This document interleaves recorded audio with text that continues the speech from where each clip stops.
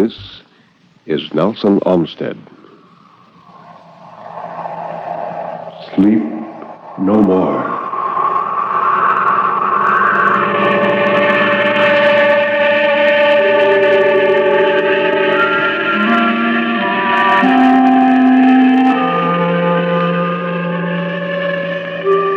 Sleep no more. Turn down the lights. Sink back in your chair and don't look into the shadows. In the shadows, there may be moving things. Tonight, it may be you will sleep no more.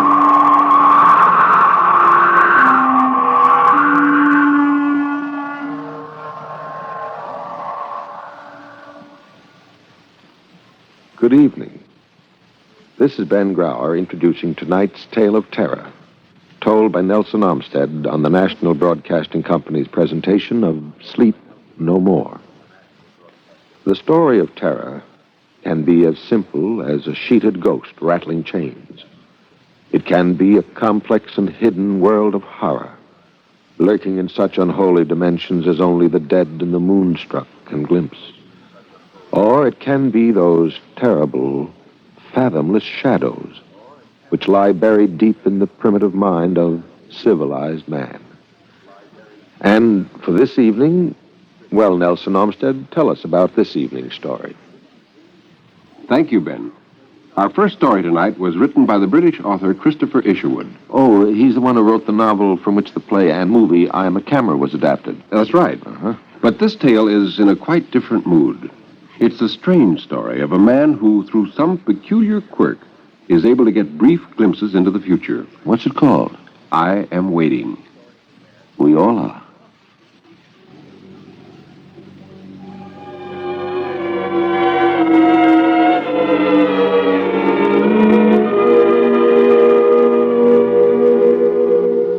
The incidents which I am about to describe are true, but I can offer you no proof, at least not for the next 5 years. By that time, you will probably have forgotten that you ever heard this story. So please believe it or disbelieve it just as you wish. Today is my birthday. I am what you or anybody else would call a failure. I have no career, no outstanding achievements behind me. I've never been married, and I can truthfully say that I've never been loved, though half a dozen people are perhaps mildly fond of me. I live in a pleasant house in the outskirts of a town not far from Hartford, Connecticut. The house belongs to my younger brother, a successful and energetic lawyer. Mabel, my brother's wife, is very kind to me on the whole, as long as I'm careful to be tidy and not unnecessarily visible. With reference to the story which follows, I need only add that I have never at any time had reason to believe that I possessed psychic powers. But on the evening of Friday, July 6th of last year, I was sitting in the drawing room of our house alone. The others had all driven into town to go to a movie, so I could enjoy the luxury of drawing my armchair into the very middle of the hearth rug, facing and monopolizing the fire. The time was about 20 minutes to 9. I remember this because I kept glancing at the clock on the mantelpiece in order to be ready to turn on the radio and listen to the news bulletin. The clock is a wedding present given to my brother by the members of his firm. It's made of china and is vaguely supposed to be valuable, with a boy and a girl in peasant costume supporting the clock itself. I may have dozed off, as I so often do. At any rate, I'd closed my eyes, and when I reopened them, it was with a violent start, as though somebody had called my name. Perhaps the others had returned unexpectedly early. Some such thought passed through my mind, but I didn't turn my head. I don't know why. All my drowsy attention was focused upon the clock, and what I immediately noticed was that the left hand was missing from the china figure of the peasant boy. It's very difficult for me to describe my precise sensations at that moment. I saw only that the hand had been broken off. I wondered how long it had been broken, and was surprised that I had never noticed it before. Mabel would be cross, I thought, and this led me to fear that I might somehow have done the damage myself while I was asleep. I rubbed my eyes and sat up suddenly in my chair, and I blinked several times. Well, how absurd. I must have been dreaming. For now, as I examined the clock, fully awake, I saw that I'd made a mistake. The clock wasn't damaged. After all, the china hand was still intact. Well, one morning, about a week later, when I was walking in the garden, Mabel came out of the house and confided to me that she would have to fire the new maid because she had broken the drawing room clock. Well, I pushed past her toward the French windows which opened into the drawing room. Entering, I saw what in my excitement I had dimly expected to see. The China boy's left hand was broken off at the wrist. The second occurrence took place at 11:25 a.m. on Monday, August 20th. I was in my bedroom standing near a bookcase which occupies the corner behind my bed. It was a gray morning. Although from where I stood I could not see out of the window, I knew by the pattering sound on the glass that it had begun to rain. As I reached out my hand for a book, I experienced an extraordinary sensation which swept over me, leaving my body tingling and trembling and the sweat breaking out of my forehead. I stood there as if frozen with my hand outstretched. What followed cannot have taken more than a minute. Perhaps it occupied only a few seconds. At first I was aware only of a change of mood, very difficult to describe. I felt lighter, happier, as though some oppression had been lifted from my mind. Lighter. Yes, that was the exact word, for the room was actually full of light, of bright sunshine. As I stood, I began not only to feel and see, but to hear also. Sounds were coming up through the window from the garden below. I heard laughter, voices, and the noise of a tennis ball being hit back and forth across the net. And then one voice called out, "Come on, Joyce! Give them everything! They're beginning to crack!" It was my youngest nephew. Joyce is the name of his sister-in-law, my eldest nephew's wife. No words of mine to describe the strangeness of these familiar words and sounds. I listened to them as a dead man might listen to the voices of the living. They were so near to me, and yet so immeasurably remote. And I heard Joyce say, "Oh, tricky, very tricky." And Bob, my eldest nephew, answered, "What do you think you're playing, ping pong?" That was all. The next moment, the contact, or whatever you'd like to call it, was broken. My fingers had touched the book, and there I was back in the gray, clear continuity of normal consciousness with the rain pattering fast in the pane. Well, I forget exactly what I did next. I think I must have paced the room several times, backward and forward, pausing to look down through the window at the wet tennis court and the empty garden below. I was deeply excited and disturbed. Although it still wasn't entirely clear what had happened to me, I was aware that something had happened, something so dimly tremendous that it dwarfed every other experience of my whole life. I carefully wrote down what I had heard and seen as I've described it here. And when I finished, I felt very tired. I lay down on my bed and slept soundly till lunch. Early in the fall, Jack, my youngest nephew, came to visit us. The fine weather had continued and the tennis court was still in good condition. Whenever anybody spoke of tennis, I felt my pulse throb with suppressed excitement. But where were the other actors in the strange, meaningless little drama I hoped to witness? I repeatedly asked Mabel and my brother if Bob and Joyce were expected. No, they said not yet. They wouldn't be likely to visit us before December. Well, on the afternoon of Saturday, November 3rd, I returned by bus from shopping in town. It was about 2:45. I went to my room, and as I moved to the bookcase, I heard Jack's voice on the lawn below calling the score. 15 all! Come on, Joyce, give them everything. They're beginning to crack. It was there. My moment. And even as with a gasp I recognized that it was past, it flashed by me and was gone. Long before I recovered my wits sufficiently to hurry to the window, the actors had spoken their familiar lines. The drama was over. Looking down into the garden, I saw Jack, Bob, and Joyce, and a strange girl chatting and joking across the net at the end of their game. The girl was a friend of Joyce's. She had been brought over in the car from Providence, Rhode Island, I discovered. When Bob planned this surprise visit, he had come to stay the weekend. Almost exactly 2 weeks later, on the afternoon of Sunday, November 18th, I had gone into the trunk room to hunt for some old photographs. The trunk room is at the top of the house. It has no windows, only a skylight let into the roof. It is crowded with bits of damaged furniture, cardboard boxes, and old trunks. Wondering where to begin my search, I decided upon a scarred Gladstone bag, which I opened. And then, as I bent over the papers, the attack seized me. This time, the sensations were different and incomparably more violent. My ears began to sing, my limbs stiffened, and a convulsion like an electric shock seemed to take place at the base of my spine. Half fainting, breathless, dizzy. I had barely time to think, it's going to happen again. And then I closed my eyes. Gradually, my arms and legs relaxed. My head cleared, and I began to inhale deeply and easily. The sense of relief was exquisite. Very cautiously, I opened my eyes and looked about me. At first, I hardly recognized the room in which I found myself. It was the same room, but the papers, the trunks, and the furniture had all disappeared. The floor on which I knelt seemed to have been recently scrubbed. For several minutes, I didn't move. I was scared, of course, but much more excited than scared. Rising to my feet, I walked over and turned the handle of the door. It was locked. For some moments, I stood stupidly twisting the knob in my hand, and then I began to rattle it and to beat the panel with my fist, and finally I shouted aloud, "Let me out! Let me out!" There was no answer. And after a while, I stopped. It was no good. The house was empty. Slowly, I returned to the middle of the room. It was then that I made my great discovery. In the shadows on the far corner, crumpled against the baseboard, lay some dirty sheets of paper. Sitting down upon the floor, I smoothed them out with trembling hands. They were the inside pages of a magazine. I read its name, The Cage Bird Fancier, and the date, July 1962. Only an archaeologist can imagine the intensity of my excitement at that moment. Here was an actual tiny fragment of the future itself, palpable to my present-day fingers. It had been manufactured by men who could answer offhand many of those burning questions which still perplex the wisest mortals of 1957. Shaking with eagerness, I began to read.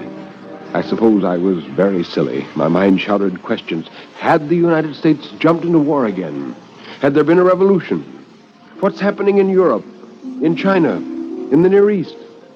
And the men of the future, as if teasing my impatience, would only answer, "It is rather difficult to give exact dimensions for stock cages, as they often have to be built to suit the individual canary breeder's accommodations." For all the information it gave me, The Cage Bird Fancier might equally well have been written in Turkish or Japanese. Yet I read on, learning all manner of highly relevant and unfruitful facts. That the legs of a canary will sometimes denote its approximate age. That narrow perches are best for birds which have slip claw. These tiresome details are imprinted upon my memory forever, but nowhere could I find a trace of any wider implication. And even as my eyes hurried along the last lines of the print, I knew in the deepest marrow of my bones that I had outstayed my welcome. I protested, but the singing noise was growing fast. Clenching the papers in my two fists like a fraying lifeline, I pitched forward into oblivion. When I recovered consciousness, I found myself in bed, in my own room, with Mabel hovering anxiously around me. It was she who had discovered me when she came upstairs to call me down to tea, lying senseless on the trunk room floor. And I asked, was there anything in my hand? "Oh, yes. You found them all right. Don't you remember?" Found them? "Oh, yes. The photographs. One of them's rather crumpled, but I'll iron it out. And now, you're not to talk anymore. The doctor will be here in a moment." Well, the doctor, when he arrived, could find nothing much the matter. He advised a thorough rest. Both he and Mabel were curious to know the exact circumstances under which my fainting fit took place, and I answered their questions as vaguely as possible. I had decided, of course, to tell them nothing. I have no wish to end my days in a mental home. And now, here I am, waiting for whatever may come next. Sometimes I feel frightened, but in general I manage to regard the whole business quite philosophically. I am well aware that the next adventure, if there ever is another, may be my last. The conditions of time travel may prove too violent for my elderly frame. Perhaps I shan't survive the journey, but I wouldn't refuse to make it on that account, even if I could. What other experience can be comparable to this? What else have I to live for now?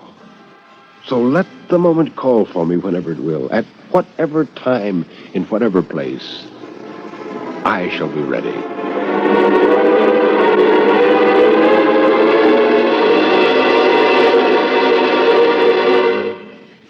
And so we leave our friend to wait and to wonder.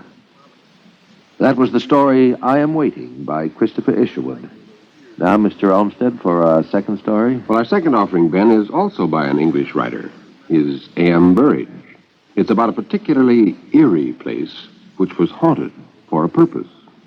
He calls it Browdian Farm.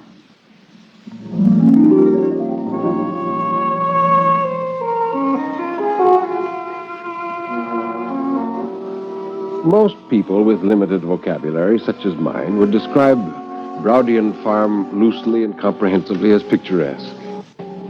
The house was quite a surprise to us. It showed few signs of damp, considering the length of time it had been untenanted, and it needed little in the way of repairs. I inquired about the rent. It was astonishingly low. My friend, Rudge Jefferson, had to live somewhere while he finished a book, and I could look forward to some months of idleness before returning to the United States. We decided to take it. We'd been at the farm about a month before Rudge Jefferson began to show symptoms of nerves. I thought he was working too hard. It was about that time that I, walking homeward one morning, just about lunchtime, I met the local policeman just outside the village inn. Oh, he was friendly enough, so I invited him in for some ale. And he asked me how we were getting on up at the farm. Well, admirably, I told him. And then he looked at me closely as if to see if I were sincere, or rather to search my eyes for the passing of some afterthought. And then he said, "Well, sir, if anything happens up at the farm, you needn't go talking about it. We done our best now. What's past is past and can't be altered. There ain't no sense in setting people against us." He didn't look at me while he spoke. 2 evenings later, which is to say the evening of May the 21st, I returned home at 9:30, full of suppressed excitement. I had a story to tell Rudge, and I was yet not sure if I should be wise in telling it. His nerves had grown worse during the past 2 days. Rather to my surprise, he wasn't in his room working. 2 minutes later, while I was reading what he'd left in his typewriter, I heard the gate click and footfalls on the path. Naturally, I guessed that Rudge, temperamental as he was, had suddenly tired of his work and gone out for a walk. I heard the footsteps come to within a few yards of the house. When they left the path, fell softer on grass and weeds, and approached the window. The curtain obscured my view, but on the glass I heard the tap of fingertips, and I called out, "Righto!" and went around to the front door to let him in. Having opened the front door, I leaned out and saw him, Rudge, I imagined, peering in the study window. He was no more than a dark, bent shadow in the dusk with a soft felt hat such as he generally wore. "Righto!" I said again, and I hurried to the kitchen to put our supper on the table. I remember that as I walked through to the sink, one of the beams over my head creaked noisily. Well, he produced a book at supper and sat scowling at it over his left arm while we ate. This was permitted by our rules, but I had something to tell him, and after a while I said, "Rudge, I've made a discovery this evening. I know how we got this place so cheap." He sat up with a start, and he said, "Well, how?" "Well, this is Stanley Stride's old house. Do you remember him?" Well, he was pale already, but I saw him turn paler still, and he said, "Yes, I remember the name vaguely. Wasn't he a murderer?" "He was. I didn't remember the case very well, but my memory's been refreshed today. Everybody here thought we knew. It was rather a grisly business, and the odd thing is that local opinion is all in favor of Stride's innocence, although he was hanged." "Yes, so I remember the name, but I forget the case. Now tell me." "Well, Stanley Stride was an artist who rented this place. He got himself entangled with the daughter of a neighboring farmer and found himself compelled to marry her. At the same time, he fell in love with another girl, so he lured the old one here and murdered her. He buried the body and afterwards tried to make out she'd committed suicide. So, of course, the house is haunted." "So I don't know about haunted, but it's been a devilish house to sit in for the past few evenings. I mean at twilight when I've been waiting for you. My nerves have been pretty raw lately. Tonight I couldn't stand it, so I went out for a stroll." "Oh, yes. By the way, what made you go out the second time?" "I didn't. But, my dear chap, you did. Because the first time you came in, you wore a hat, and 2 minutes later I saw you walking up the garden path without one." "Oh, no, that's when I did come back. I haven't worn a hat all this evening. And that reminds me, when you come in of an evening, you needn't sneak up to the window and tap on it with your fingers. It doesn't frighten me, but it's disconcerting. You can always walk into the room and let me know that you've come back. But, my dear chap, I've done no such thing. Why, you old liar, you've been doing it every evening for the past week, until tonight, when I didn't give you the chance." Well, I swear I haven't, Rudge. But if you thought that, it explains why you did the same thing to me tonight." But I didn't even come near the window. Well, then who was the man I saw peering in? I saw him from the door." Yeah, it seems we've got our ghost, after all." At that moment, We heard a scuffling sound from the kitchen, followed by the creaking of timber, much louder than before. Rudge moved in his chair, and he said, Now, don't laugh at me. I know this is all right, but I've got a hideous feeling that things hidden and unseen around us are moving steadily to a crisis. Well, you cheerful brute. Yes, I know. It's only my nerves, of course. I don't want to infect you with them. But the noises we hear and the fellow who comes and taps at the window now, they want some explaining away now, don't they? Yeah. Especially now that we know somebody was murdered here. I'm beginning to wish we didn't know about that.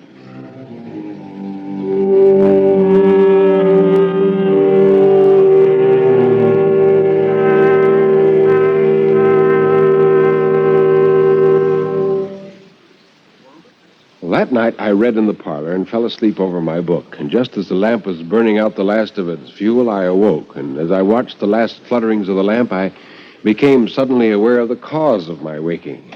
I had heard the latch snap on the garden gate, and in that moment I began to hear them, the footfalls. I heard the rhythmic crunch of gravel, and then the swish of long grass, and then the shadow nodded on the blind. It loomed up large and suddenly became stationary.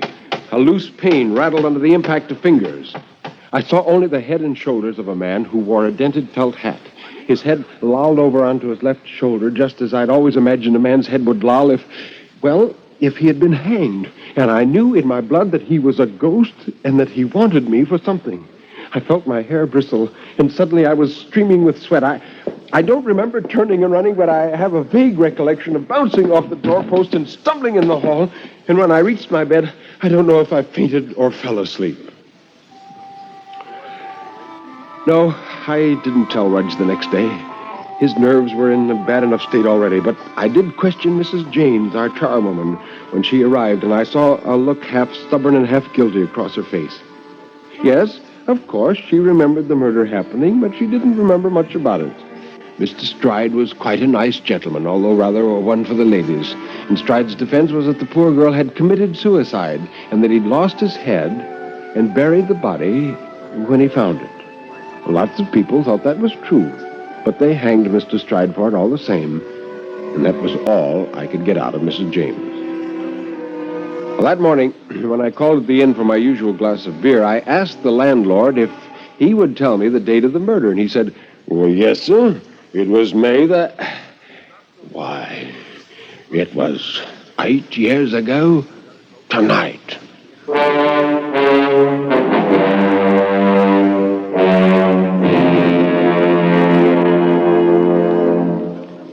Well, that evening, I went out again and came in at the usual hour, and Rudge came down the path to meet me. He was white and sick-looking, and he said, He's been here again half an hour ago. You saw him this time? Yes. I did as you did and went around to the door. He is a ghost, you know. Well, what happened? Oh, I went around to the door when I heard him tapping at the window, and there he was, as you saw him yesterday evening, trying to look in through and into the room. He must have heard me, for he turned and stared, and his head was all drooping on one side like a poppy on a broken stem, and he came toward me, and I couldn't stand that, so I turned and I ran into the house and locked the door. Well, after a pause, I said, Rudge, this is the anniversary of the murder. Yeah, I should think something worse would happen tonight. Shall we see it through, or shall we beat it? And almost in a whisper, Rudge said, Poor devil. He wants to tell us something, you know. Yes, Or show us something. So we agreed to stay. We were left in peace until just after 11 o'clock, when once more we heard the garden gate being opened at footfalls. We could see nothing, for our lamp was lit, but I knew what it looked like. The thing that stood outside and now tapped softly on the glass, and in spite of having Rudge for company, I lost my head and I screamed at it, Get back! Whatever you are, get back to help! And it was Rudge who kept his head. He called out, No, come in. Come in if we can help you. The front door was locked, but it was no barrier to our visitor. We heard slow footfalls shuffling through the hall. I died 1,000 deaths as they approached the door of our room, but they passed and died away up the passage. And then I heard a whisper from Rudge. He's gone through into the kitchen. I think he wants us to follow. Oh, well, I shouldn't have gone if Rudge hadn't half dragged me by the hand. The kitchen door was closed. Rudge held his breath for a moment, lifted the latch, and took a quick step across the threshold. And in that same instant, he froze my chilled blood with a scream such as I had heard in wartime from a wounded horse. He had almost fainted when he returned and fell into my arms. I half dragged, half carried him into the dining room and gave him a brandy, and Suddenly, I became aware that a great peace had settled upon the house. I can only compare it to the freshness and sweetness of the earth after a storm has passed. Rudge felt it too, for presently he began to talk. He said he wasn't in the kitchen. Not in the kitchen? Well, then what? Who? It was she. Only she. She was kicking and struggling from the middle beam, you know. And there was an overturned chair at her feet. She was worse than he, far worse. Poor devil. So he didn't kill her, you see.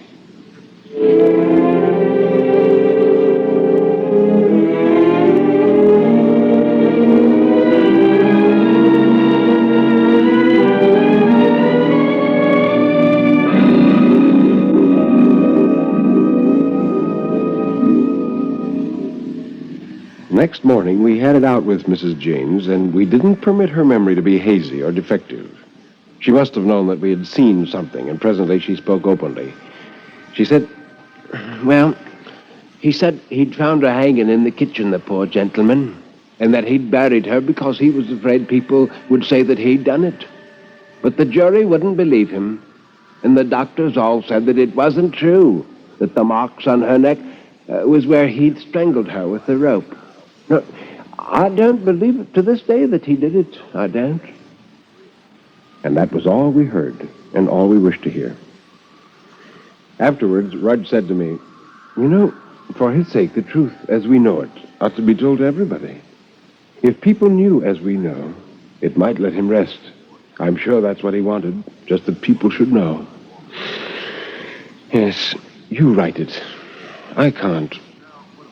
And so, I have.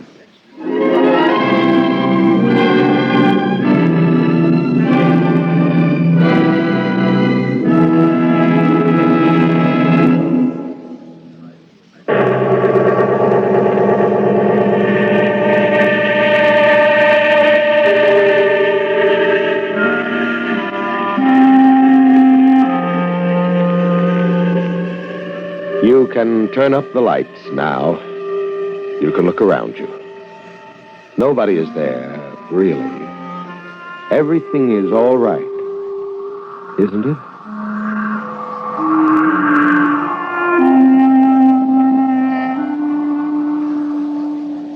Now here is Nelson Omstead to tell us about next week. Mr. Omstead? Next week we have two unusually fine stories.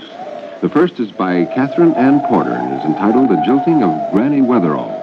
And the second is The Weird Tale of a Madman by Paul Ernst, called Escapes.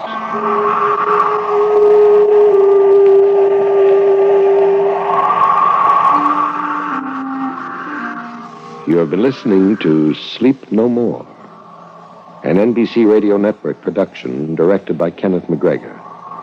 Mr. Omstead's albums are recorded exclusively for Vanguard Records.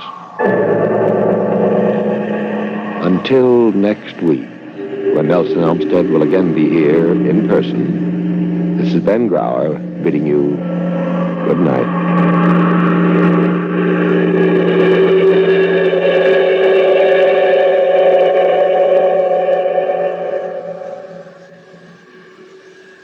The world on a new hotline. Listen for news on the hour and the exciting hotline service all day, every day, on most of these NBC radio stations.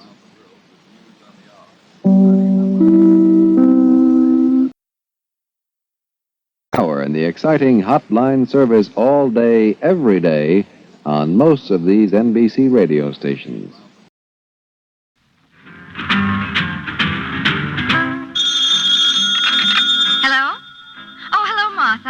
No, just finishing my housework and enjoying NBC Bandstand on the radio. Oh, it's just fabulous. This week they have Bert Parks, of course, and the Glenn Miller Orchestra under the direction of Ray McKinley. But why am telling you about it. Tune it in yourself. And enjoy the Glenn Miller Orchestra and singing star Bill Hayes live weekday mornings on most of these stations. Now stay tuned for Sleep No More on NBC. This is Nelson Omstead. Sleep no more.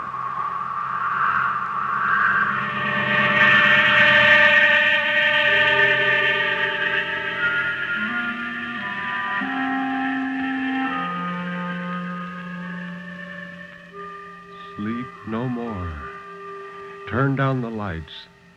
Sink back in your chair and don't look into the shadows. In the shadows, there may be moving things. Tonight, it may be you will sleep no more.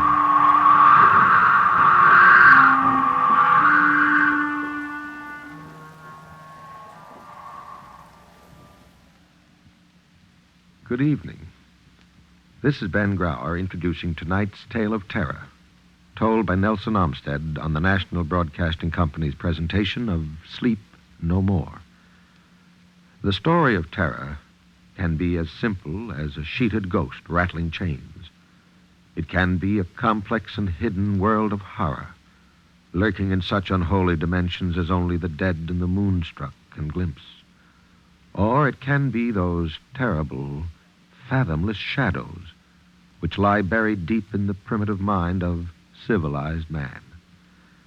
And for this evening, well, Nelson Omstead, tell us about this evening's story. It's called The Storm by McKnight Melmar, who, incidentally, is a woman. It's a story about a woman who comes home one night to a big, empty house to find a pinpoint of light where there should be no light. That sounds chilling. So let Nelson Omstead tell us about the woman alone at night and the storm.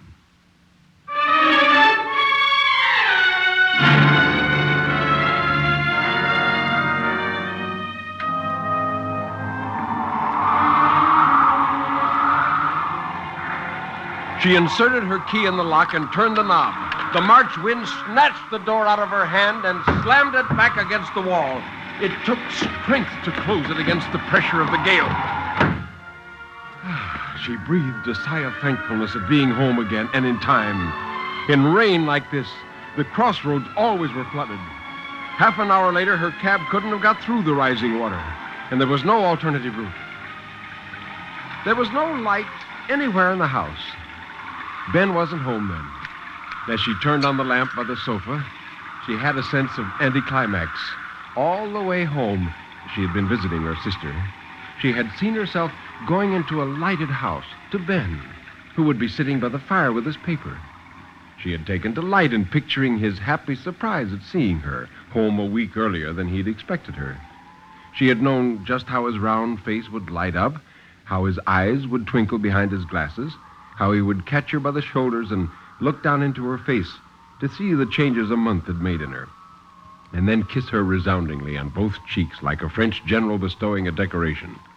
Then she would make coffee and find a piece of cake, and they would sit together by the fire and talk. But Ben wasn't here. She looked at the clock on the mantel and saw it was nearly 10. Well, perhaps he hadn't planned to come home tonight, as he wasn't expecting her. Even before she had left, he frequently was in the city all night because business kept him too late to catch the last train. Well, if he didn't come home soon, he wouldn't be able to make it at all. She began to walk through the house, turning on lights as she went. Ben had left it in fairly good order. There was very little trace of an untidy masculine presence, but then he was a tidy man. She made coffee. The wind hammered at the door and the windows. Listening, she wished for Ben almost feverishly. She never had felt so alone, and he was such a comfort. He had been so good about her going for this long visit, made because her sister was ill. He had seen to everything and had put her on the train with her arms loaded with books and candy and fruit. She knew those farewell gifts had meant a lot to him. He didn't spend money easily. To be quite honest, he was a little close. But he was a good husband. She repeated it to herself firmly as she sipped her coffee. He was a good husband. Suppose he was 10 years older than she and a little set in his ways, a little, perhaps, dictatorial at times and moody.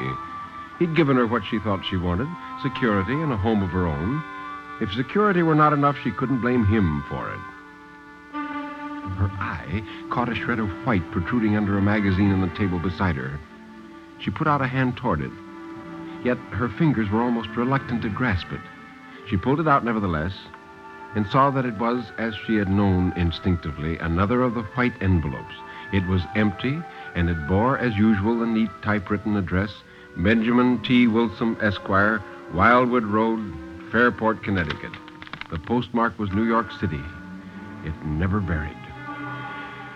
She felt the familiar constriction about the heart as she held it in her hands. What these envelopes contained, she never had known. What she did know was their effect on Ben. After receiving one, and one came every month or two, he was irritable, at times almost ugly. Their peaceful life together fell apart.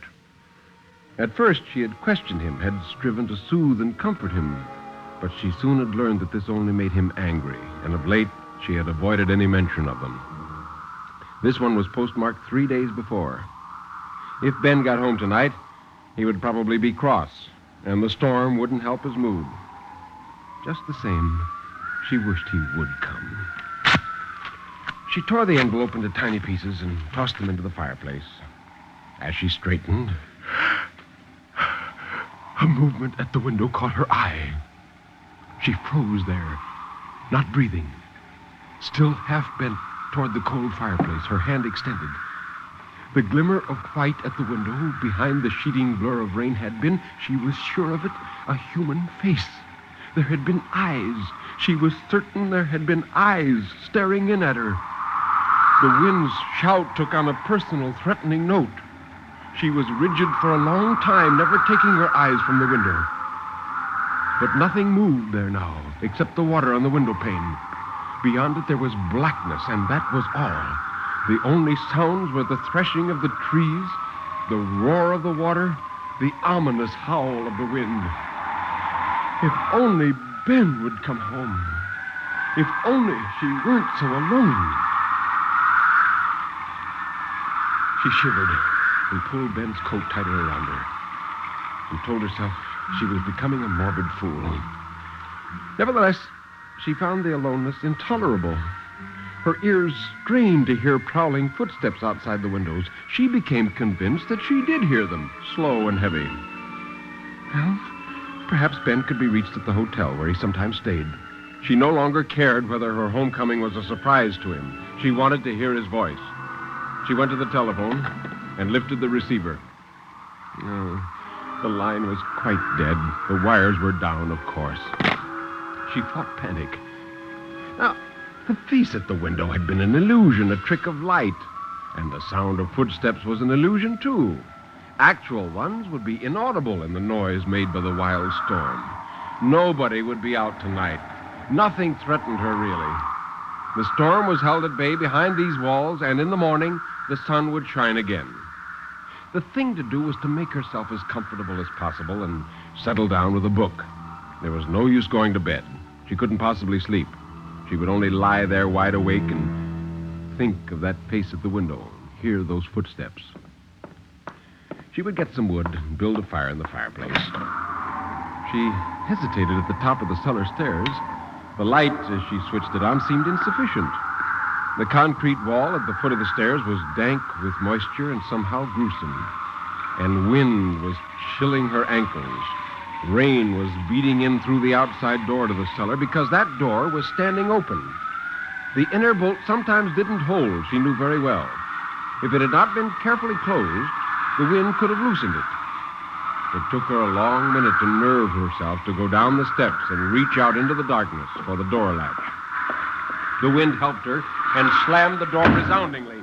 She jammed the rusty bolt home with all her strength and then tested it to make sure it would hold. She almost sobbed with relief of knowing it to be firm against any intruder. She had only to get an armful of wood. Then she could have a fire. She would have light and warmth and comfort. She would forget these terrors. The cellar smelled of dust and old moisture. The beams were fuzzed with cobwebs. There was only the one dim bulb. The wood pile was in the far corner, away from the light. She stopped and peered around. Nothing could hide here. The cellar was too open, the supporting stanchions too slender to hide a man. She almost ran to the wood pile. What was it? Not a noise. Something she had seen as she hurried across the dusty floor. Something odd. She searched with her eyes. Why, it was the spark of light she had seen where no spark should be. Her eyes widened, round and dark as a frightened deer's. Her old trunk that stood against the wall was open just a crack, and from the crack came this tiny pinpoint of reflected light to prick the cellar's gloom. She went toward it like a woman hypnotized. It was only one more insignificant thing, like the envelope on the table, the vision of the face at the window, the open door. There was no reason for her to feel so smothered in terror. Yet, she was sure she had not only closed the lid of the trunk, but clamped it shut. She was sure because she kept 2 or 3 old coats in it, wrapped in newspapers and tightly shut away from moths. But now, the lid was raised perhaps an inch, and the twinkle of light was still there. She threw back the lid. For a long moment, she stood looking down into the trunk, while each detail of its contents burned itself on her brain. Each tiny detail was indelibly clear and never to be forgotten. She could not have stirred a muscle in that moment. Horror was a black cloak thrown around her, stopping her breath, hobbling her limbs. Then her face dissolved into formlessness, and she slammed down the lid and ran up the stairs like a mad thing. She was breathing again, in deep sobbing breaths that tore at her lungs. She shut the door at the top of the stairs with a crash that shook the house. Then she turned the key. Her old trunk had held the curled-up body of a woman.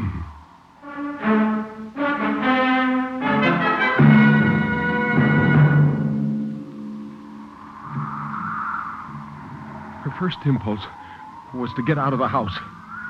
But in the time it took her to get to the front door, she remembered the face at the window.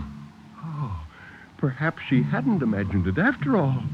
Perhaps it was the face of a murderer.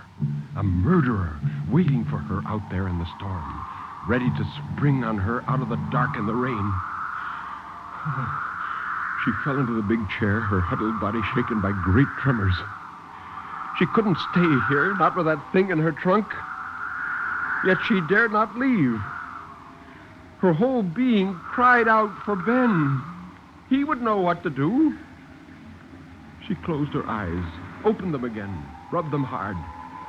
The picture still burned into her brain as if it had been etched with acid. Her hair, loosened, fell in soft, straight wisps around her forehead, and her mouth was slack with terror. She had not seen the face of the woman. The head had been tucked down into the hollow of the shoulder, and a shower of fair hair had fallen over it. The woman had worn a red dress. One hand had rested near the edge of the trunk, and on its third finger there had been a man's ring, a signet bearing the raised figure of a rampant lion with a small diamond between its paws. It had been the diamond that caught the light. The little bulb in the corner of the cellar had picked out this ring from the semi-darkness and made it stand out like a beacon. She would never be able to forget it. Shudders continued to shake her. She bit her tongue and pressed her hand against her jaw to stop the chattering of her teeth. She drew the coat closer about her, trying to dispel the mortal cold that held her. Slowly, something beyond the mere fact of murder, of death, began to penetrate her mind. Slowly, she realized that beyond this fact, there would be consequences. That body in the cellar was not an isolated phenomenon. Some train of events had led to its being there and would follow its discovery there. There would be policemen. At first, the thought of policemen was a comforting one. Big, brawny men in blue who would take the thing out of her cellar and take it away so she never need think of it again. Then she realized it was her cellar, hers and Ben's, and policemen are suspicious and prying. Would they think she had killed the woman? Could they be made to believe she never had seen her before? Or would they think Ben had done it? Would they take the letters in the white envelopes and Ben's absences on business and her own visit to her sister, about which Ben had been so helpful, and out of them build a double life for him? Would they insist that the woman had been a discarded mistress who had hounded him with letters until out of desperation he had killed her? Well, that was a fantastic theory, really. But the police might do that. They might. Her craving for Ben became a frantic need. If only he would come home. Come home and take that body away. Hide it somewhere so the police couldn't connect it with this house. He was strong enough to do it. She crouched there, shaking. It was as if the jaws of a great trap had closed on her. On one side, the storm and the silence of the telephone, and on the other, the presence of the prowler under that still, cramped figure in her trunk. She was caught between them, helpless. As if to accent her helplessness, the wind stepped up its shriek, and a tree crashed thunderously out on the road. She heard glass shatter. Her quivering body stiffened like a drawn bow. Was it the prowler attempting to get in? She forced herself to her feet and made a round of the windows. All the glass was intact. Nothing could make her go down into the cellar to see if anything had happened there. The voice of the storm drowned out all but the sound of the clock. Yet she couldn't rid herself of the fancy that she heard footsteps going round and round the house, that eyes sought an opening and spied upon her. A kind of numbness began to come over her, as if her capacity for fear were exhausted. She went back to the chair and curled up in it. 11. Midnight. She huddled there, not moving, not thinking, not even afraid, only numb, for another hour. Then the storm held its breath for a moment, and in the brief space of silence, she heard footsteps, firm and quick and loud. A key turned in the lock, the door opened, and Ben came in. He was dripping, dirty, and white with exhaustion, but it was Ben. Once she was sure of it, she flung herself on him, babbling incoherently of what she had found. He kissed her lightly on the cheek and took her arms down from around his neck, and he said, Here, my dear. You get soaked. I'm drenched to the skin. Oh, I had to walk in from the crossroads. What a night. She tried again to tell him of the past hours, but again he cut her short. No, now, wait a minute, my dear. I can see you're bothered about something, but just wait till I get into some dry things, and then I'll come down and we'll talk things over. Now, suppose you rustle up some coffee and toast. Oh, I'm done up. The whole trip out was a nightmare, and I didn't know if I'd ever make it from the crossing. No, I've been hours. Yes, he did look tired, she thought with concern. Now that he was back, she could wait. The past hours had taken on the quality of a nightmare, horrifying, but curiously unreal. With Ben here, so solid and commonplace and cheerful, she began to wonder if the hours were a nightmare. She even began to doubt the reality of the woman in the trunk, although she could see her as vividly as ever. Perhaps only the storm was real. She went to the kitchen and began to make fresh coffee. The chair, still wedged against the kitchen door, was a reminder of her terror. And now that Ben was home, it seemed silly, and she put it back in its place by the table. He came down very soon, before the coffee was ready. Oh, how good it was to see him in that old gray bathrobe of his hands thrust into its pockets. She was almost shamefaced when she told him of the face in the window, the open cellar door, and finally of the body in the trunk. None of it, she saw quite clearly now, could possibly have happened. Ben said so, without hesitation. But he came to put an arm around her. He said, Well, now, you poor child, The storm has scared you to death, and I don't wonder. Yeah, it's given you the jitters. She smiled dubiously. She said, "Yes, I'm almost beginning to think so. Now that you're back, it seems so safe, but you will look in the trunk, Ben. I've got to know. I can see her so plainly. How could I imagine a thing like that?" "Of course I'll look, if it'll make you feel better. But I'll do it now. Then I can have my coffee in peace." He went to the cellar door and opened it and snapped on the light. Her heart began to pound once more, a deafening roar in her ears. She could not have imagined it. It was incredible that she could have believed for a minute that her mind had played such tricks on her. In another moment, Ben would know it, too. She heard the thud as he threw back the lid of the trunk. She clutched at the back of the chair, waiting for his voice. It came in an instant. "There's nothing here but a couple of bundles. Come take a look."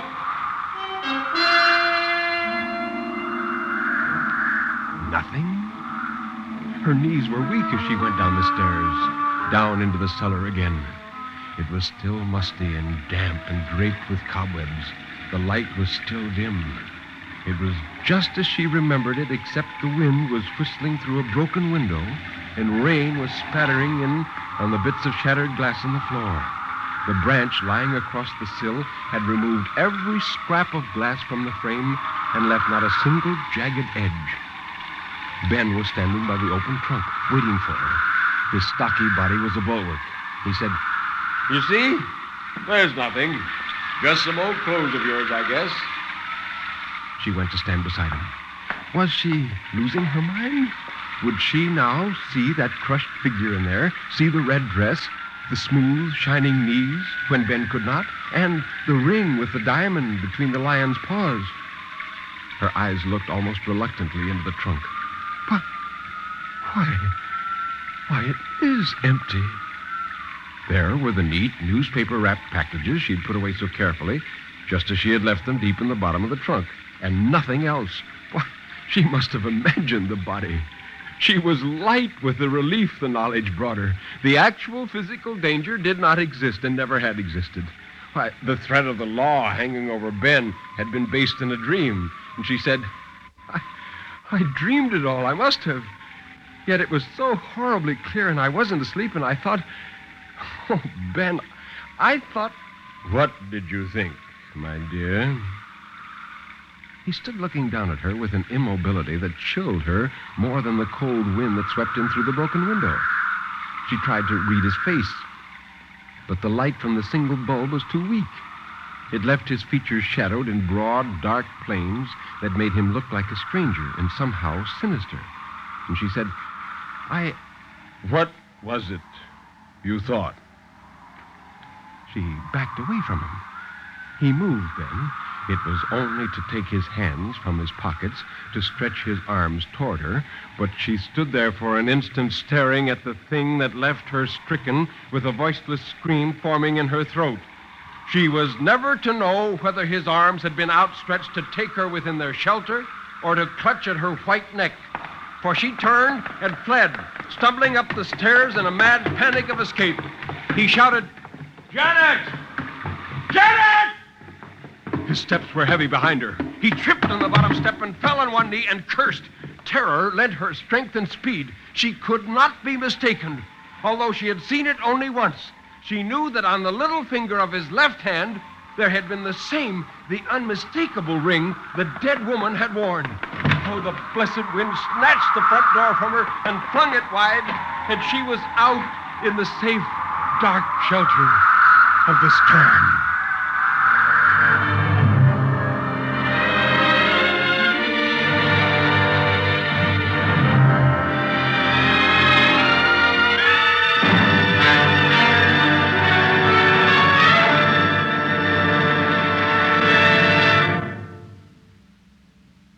This is Nelson Omstead.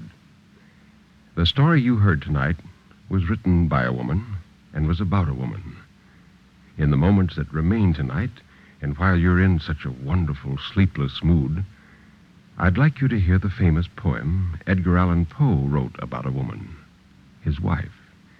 Here is Annabel Lee.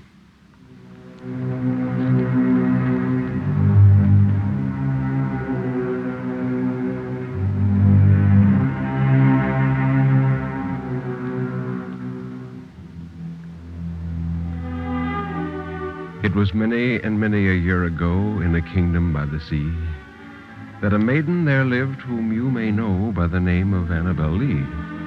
And this maiden she lived with no other thought than to love and be loved by me.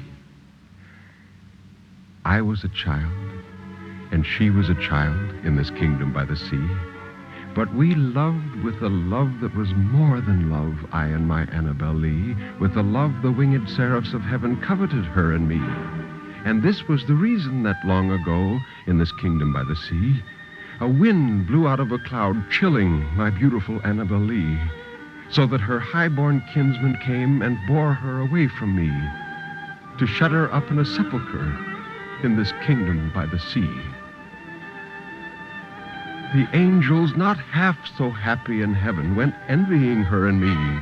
Yes, this was the reason, as all men know in this kingdom by the sea, that the wind came out of the cloud by night, chilling and killing my Annabel Lee. But our love, it was stronger by far than the love of those who were older than we, of many far wiser than we. And neither the angels in heaven above nor the demons down under the sea can ever dissever my soul from the soul of the beautiful Annabel Lee. For the moon never beams without bringing me dreams of the beautiful Annabel Lee. And the stars never rise but I see the bright eyes of the beautiful Annabel Lee. And so, all the night tide, I lie down by the side of my darling, my life and my bride, in her sepulchre there by the sea, in her tomb by the side of the sea.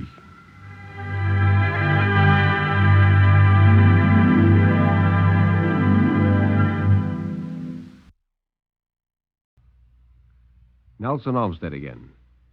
That was the first one of our duet of strange stories by Michael Fessier.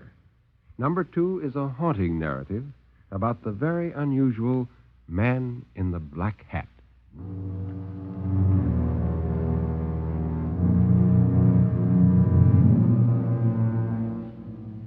I had my money on the black and the stock market stopped on red, so after holding me upside down and shaking the last dime out of my pocket, they turned me loose. Well, San Francisco isn't such a bad place to be broke in. You walk around and look at things and you forget your troubles. This day I was walking along Van Ness Avenue. Second-hand dealers had cars parked halfway across the sidewalk. Signs on the windshield said, "This car for $100, this car for only $25 down," and I laughed to myself thinking how I was broke and couldn't even buy gasoline for a motorcycle. Still, I read the signs and wondered which car I'd buy in case I had the money. And all of a sudden, I noticed a sign that didn't make sense. It said, "This car free. Inquire upstairs, room 402. Other people glanced at the sign and kept on going. They figured it was some kind of advertising gag. Well, so did I, but I didn't have anything else to do, so I stuck around looking at the sign. It was on a brand new luxury 12 you couldn't touch for less than $4,000. Well, I'm curious, like all other gamblers, and I walked up a flight of stairs and knocked on the door of 402. Somebody told me to come in. I stepped inside, and a small man with a gray goatee raised his head. He wore a black hat of soft felt, like I used to wear when the horses ran right, or the stock market chart didn't look like a crosscut saw. And I said, "Are you the fella that put the sign on the luxury 12 downstairs?" And he said, "Yes." "Well, what's the gag?" "No gag at all." He was looking at me out of eyes that didn't see me. They were solid gray, no iris or anything, just gray. They gave me the willies. I said, "Well, then, in that case, I'll take it, if you don't mind." "Not at all." And he handed me a pink slip already signed. "Well, what else is there to this?" "Nothing." "Thank you." I couldn't think of anything else to say. "Don't mention it." Then I wasn't there anymore. I mean, I was standing in the room, but so far as he was concerned, I was a million miles away. He ignored me so completely I felt I wasn't there myself, and I left. Well, the key was in the car, and I backed it over the curb and drove it to the luxury agency. And After a lot of haggling, they gave me $2,400 cash for the car. I took the money and played the stock market again. This time I played the red, and I couldn't lose. The old man had changed my luck. The funny thing was, nothing seemed strange to me. Oh, I'd make words with my mouth and tell myself that the old man wasn't real and that the goofiest thing that ever happened was me getting a car for nothing like that. But the words didn't mean anything. Something inside me took the whole business for granted.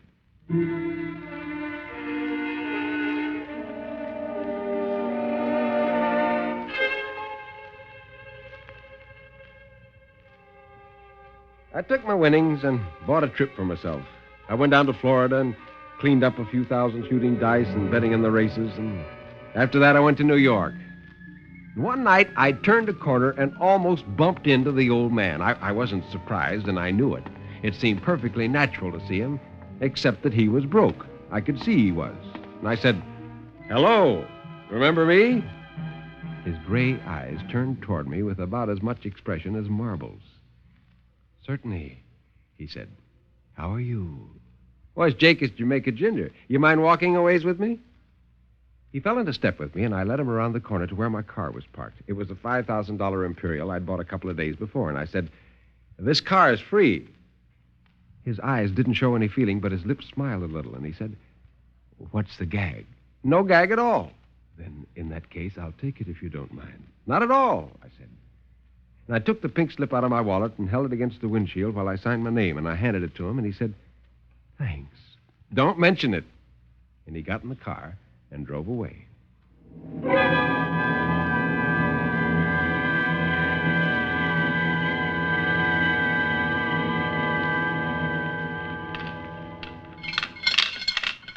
Three months later, I was in Monte Carlo. Oh, I did pretty good for a while. And then the little ball started ducking my numbers and colors, and I lost steadily for 3 weeks. And finally, I stood at the table and watched the croupier rake in my last franc note. I turned away, trying to grin, but it felt like a fuzzy worm was crawling around in my stomach. It's one thing to be broke in the States, but another to be broke in a foreign port. The worm tasted of quinine. Somebody tapped me on the shoulder. The old man, black hat, gray goatee, and expressionless eyes, was standing there. I didn't feel a bit surprised, not a bit. It seemed I'd been expecting him, and he said, "You dropped something?" He held out a roll of notes to me. "Well, careless of me to drop something I didn't know I had, wasn't it?" "Quite," he said. I took the notes. Thanks." "Don't mention it.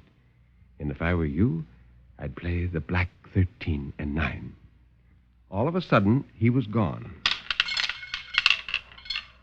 I played the black 13 and 9, and I played them heavy and won heavy. I walked away from the table with enough money to last me a year, and I don't live in second-class hotels. I didn't think about the old man. I was afraid to. You look at the stars and you don't think about them, and they're beautiful. You look at them and try and figure out how come they buzz around and never bump into each other, and pretty soon they get you locked up. That's the way I felt about the old man. If I took him for granted, he was just a quiet old fellow with a gray goatee, a black hat, and funny eyes. If I started figuring out how come, I'd go out of my mind. I took my winnings and went to Paris and got bored. I wondered why I'd come.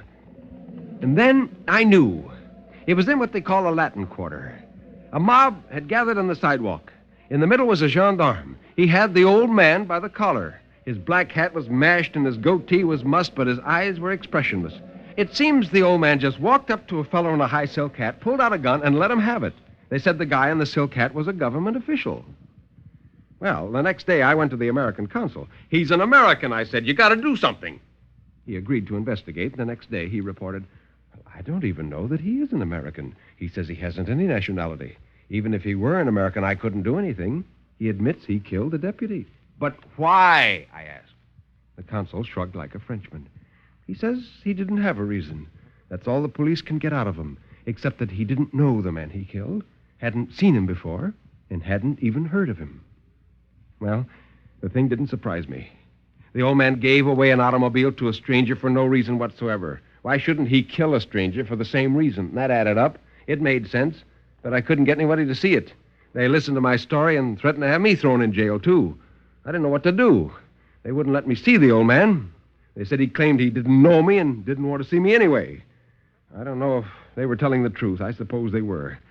I had to give up.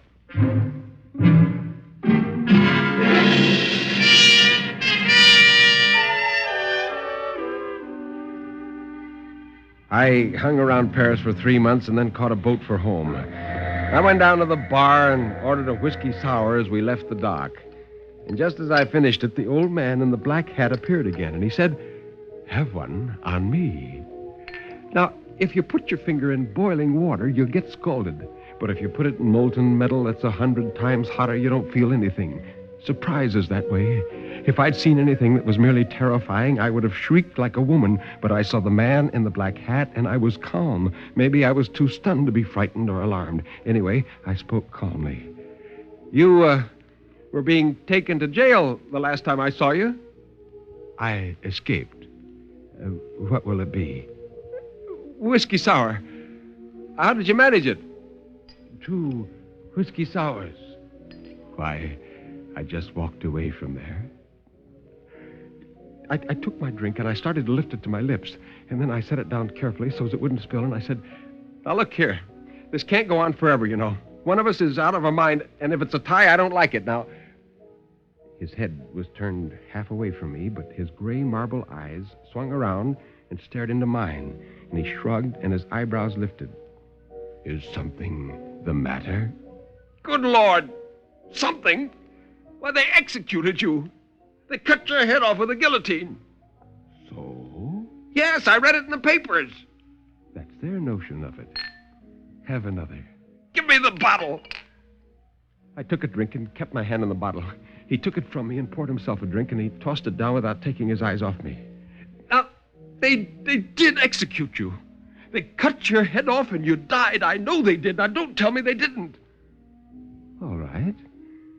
Have it your own way." I took another drink and I thought a while, and then I gripped the bar with both hands and I said, "All right, I'm ready. I've got to know sooner or later, so let's have it. Who are you?" "Don't you know?" "I'm asking." "All right. I'll tell you." A drunk came by and lost his balance, and he threw his arms around me and almost dragged me down. And when I got rid of him, the man in the black hat was gone. I couldn't find him anywhere in the boat. I'm in the United States now. I keep traveling around, but I know it isn't going to do me any good. Someday, someplace, I'm going to meet the man in the black hat again. And I know he'll tell me who he is. And I don't want to be told.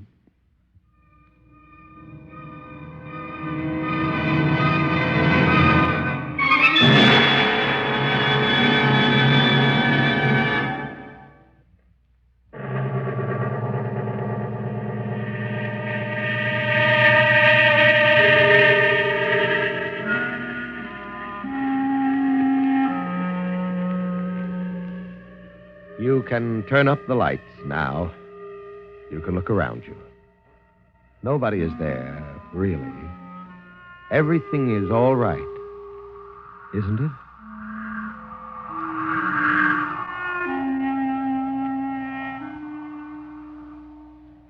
Step over here, Nelson Omstead, and tell us about next week's story. Well, next week, Ben, we have a story of breathtaking suspense by a past master of it. It's called 3 O'Clock. Its author is William Irish. You'd better be there.